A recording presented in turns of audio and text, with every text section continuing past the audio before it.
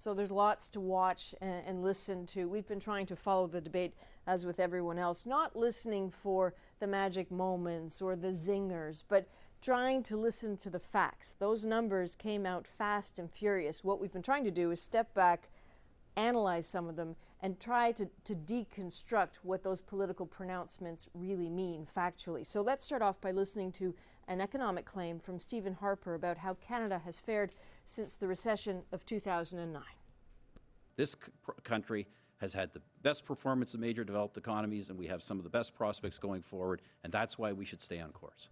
So how accurate is that statement? Well, it really depends what yardstick you're using to measure it. Let's consider unemployment. According to the OECD, Canada is ranked 5th on the list of the G7 countries for unemployment.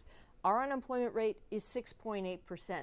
So that means that Canada has been performing better than Italy and France, but worse than the United States, the United Kingdom, Germany, and Japan. So that's one factor. It's not the only one. Consider GDP. According again to the OECD, and they're using US dollar figures here, Canada's GDP is $44,000 per capita, roughly on the same level as Germany's, significantly lower than that of the United States, about $10,000 lower, but higher, better than those of the other G7 countries. So Canada is not the worst, but it is not the best performer in the G7 by that measuring stick. What about Canada's prospects going forward? Really, in large part, that depends on the future of oil prices and the health of economies like China's.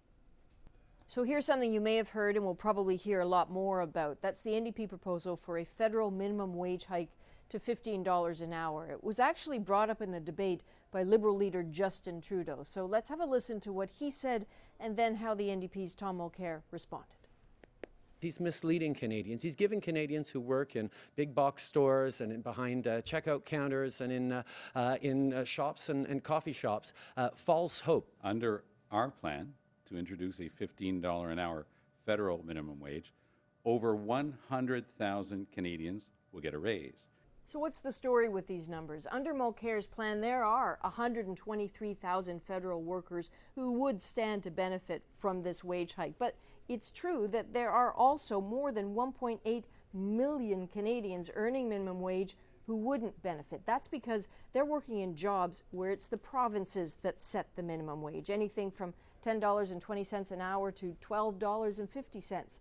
The only way they would get raises too is if the provinces somehow felt nudged to boost the rates because of the federal act. So it's not impossible, but the truth really is that only a minuscule proportion of Canadian workers would benefit from this plan. That's just a small sample of what we heard. They said a lot more. They will say a lot more. Many more words and facts to parse, not just now, but in the very long weeks ahead.